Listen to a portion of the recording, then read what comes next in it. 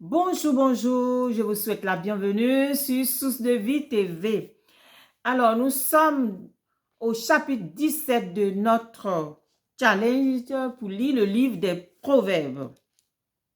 Pour les personnes qui ne me connaissent pas, je m'appelle Successful Lady. Et si c'est la première fois que vous découvrez cette chaîne, abonnez-vous, likez, partagez et puis laissez-moi aussi un commentaire qui me fera beaucoup plaisir. Alors, c'est parti, nous allons lire aujourd'hui le chapitre 17. Merci Seigneur pour ta parole, qu'elle nous fasse du bien et qu'elle nous transforme au nom de Jésus. Amen. Mieux vaut un morceau de pain sec avec la paix qu'une maison pleine de viande avec des querelles. Un serviteur prudent domine sur le fils qui fait honte, et il aura part à l'héritage au milieu des frères. Le creuset est pour l'argent et le fourneau pour l'or, mais celui qui éprouve les cœurs, c'est l'Éternel. Le méchant est attentif à la lèvre inique, le menteur prête l'oreille à la langue pernicieuse. Celui qui se moque du pauvre outrage celui qui l'a fait. Celui qui se réjouit de malheur ne restera pas impuni. Les enfants des enfants sont la couronne des vieillards et les pères sont la gloire de leurs enfants. Les paroles distinguées ne conviennent pas à un insensé, combien moins à un noble les paroles mensongères. Les présents sont une pierre précieuse aux yeux de qui en reçoit. De quelque côté qu'ils se tournent, ils ont du succès. Celui qui couvre une faute cherche l'amour, et celui qui la rappelle dans ses discours divise les amis. Une réprimande fait plus d'impression sur l'homme intelligent que 100 coups sur l'insensé. Le méchant ne cherche que révolte, mais un messager cruel sera envoyé contre lui. Rencontre une ours privée de ses petits plutôt qu'un insensé pendant sa folie. De celui qui rend le mal pour le bien, le mal ne quittera point la maison. Commencer une querelle, c'est ouvrir une digue. Avant que la dispute s'anime, retire-toi.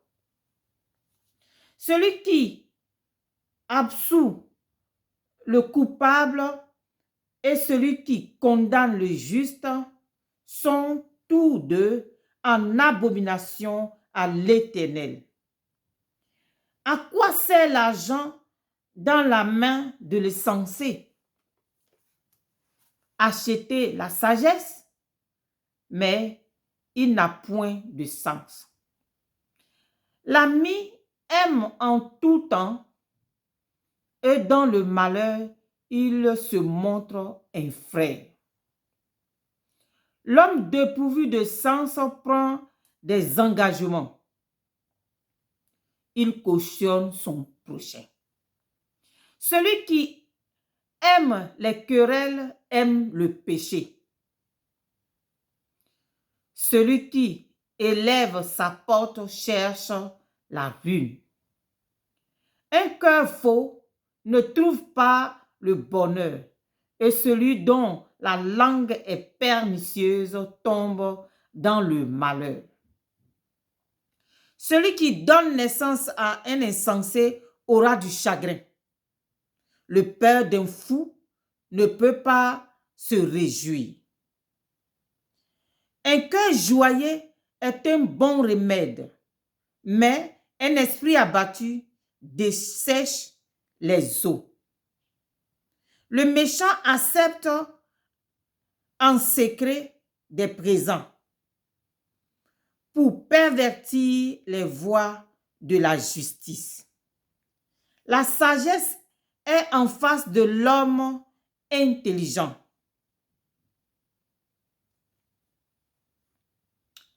Alors, mais les yeux de l'insensé sont à l'extrémité de la terre. Un fils insensé fait le chagrin de son père et l'amertume de celle qui l'a enfanté. Il n'est pas bon de condamner le juste à une amende, ni de frapper les nobles à cause de leur droiture. Celui qui retient ses paroles connaît la science, et celui qui a l'esprit calme est un homme intelligent. L'insensé aime quand il se tait, passe pour un sage. L'insensé, même quand il se tait, passe pour un sage. Celui qui ferme ses lèvres est un homme intelligent. Amen. Wow. Merci Seigneur pour ta parole, qu'elle nous rend conscients afin de nous ajuster tous les jours de notre vie. Merci Seigneur. Alors, que cette parole vous fasse du bien et que vraiment cette parole vous conseille. Que par l'Esprit de Dieu, cette parole vient pour vous conseiller. Merci d'avoir lu avec moi et que cette parole vous bénisse. N'oubliez pas de liker, de me laisser un commentaire et si vous n'êtes pas abonné, de vous abonner. Partagez aussi pour faire du bien à d'autres personnes qui n'ont jamais lu ces paroles merveilleuses, vraiment qui nous rendent conscients. Que le Seigneur Dieu vous bénisse et puis on a à la prochaine vidéo. Bye bye. Bye.